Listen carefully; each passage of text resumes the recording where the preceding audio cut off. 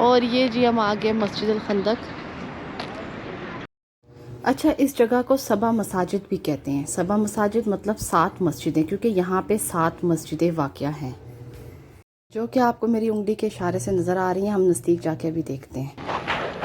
مدینہ میں جتنی بھی مسجد ہے، جتنی بھی، چاہے وہ چھوٹی ہیں یا بڑی ہیں، ان کی کوئی نہ کوئی ہمارے اسلام میں اہمیت ضرور ہے.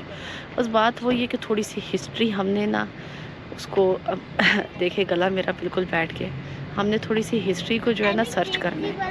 اور ہر ایک مسجد کی نا ہمارے اسلام میں بڑی، کوئی کسی نہ کسی قصے کے حساب سے بڑی اہمیت ہے. اچھا، اس مسجد کو مسجد خندق اس لیے کہا جاتا ہے کیونکہ یہاں پہ غزوہ خندق پیش آئی تھی. اور غزوہ خندق کو جنگ احزاب بھی کہا جاتا ہے، جس کا ذکر قرآن مجید میں کیا گیا ہے 9 سے 25 آیات میں.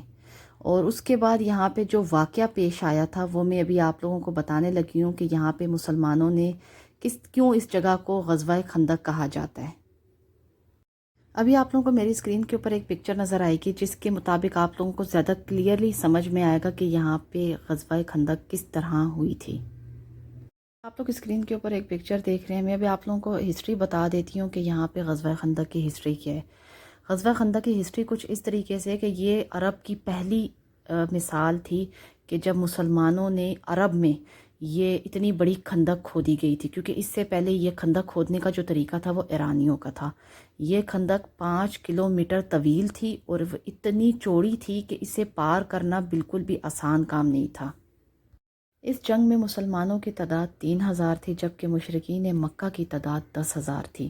جو پکچر کے اوپر آپ کو طویل ایک خندق کھودی ہوئی نظر آ رہی ہے اور دوسری سائڈ پہ آپ کو مشرکین مکہ کھڑے ہوئے نظر آ رہے ہیں. یہ میں نے انگلش میں پکچر اس لیے لگائی ہے کہ اکثر بچے دیکھیں تو بچوں کو سمجھ میں آئے. مشرکین مکہ کی جو 10,000 کی فوج تھی اس میں گھوڑ سوار بھی تھے، تیر انداز بھی تھے اور لڑنے والے سپاہی بھی تھے، اور مسلمانوں نے انہیں مدینہ میں داخل ہونے سے روکنا تھا. مشرکین مکہ کی جو سپاہی تھے ان کا لیڈر تھا ابو سفیان. ابو سفیان نے پورے مکہ کے جتنے بھی قبائل تھے انہیں یکجاں کر لیا تھا. اس نے آمادہ کر لیا تھا اس بات کے اوپر کہ ہم لوگوں نے مسلمانوں کے اوپر حملہ کرنا ہے اور مدینہ کو اپنے انڈر لینا ہے. جب اس بات کا پتہ چلا، اس پورے منصوبے کا پتہ چلا ہمارے پیارے نبی صلی اللہ علیہ وآلہ وسلم کو، تو انہوں نے اپنے تمام اصحابہ کو بٹھایا، ایک میٹنگ ہوئی، اور پھر جو یہ خندق کھودنے کا جو آئیڈیا دیا تھا وہ دیا تھا سلمان فارسی نے. انہوں نے نبی پاک کو یہ بات کہی تھی کہ ہم لوگ ایک طویل خندق کھودیں. نبی پاک صلی اللہ علیہ وآلہ وسلم کو سلمان فارسی کا یہ مشورہ بہت پسند آیا اور انہوں نے تمام مسلمانوں کو یہ حکم دیا کہ ہم لوگ یہاں پہ ایک طویل خندق کھودیں گے. اور سلمان فارسی نے اس خندق کھدائی میں بہت بڑھ چڑھ کے حصہ لیا تھا اور بہت لگن سے انہوں نے کام کیا تھا.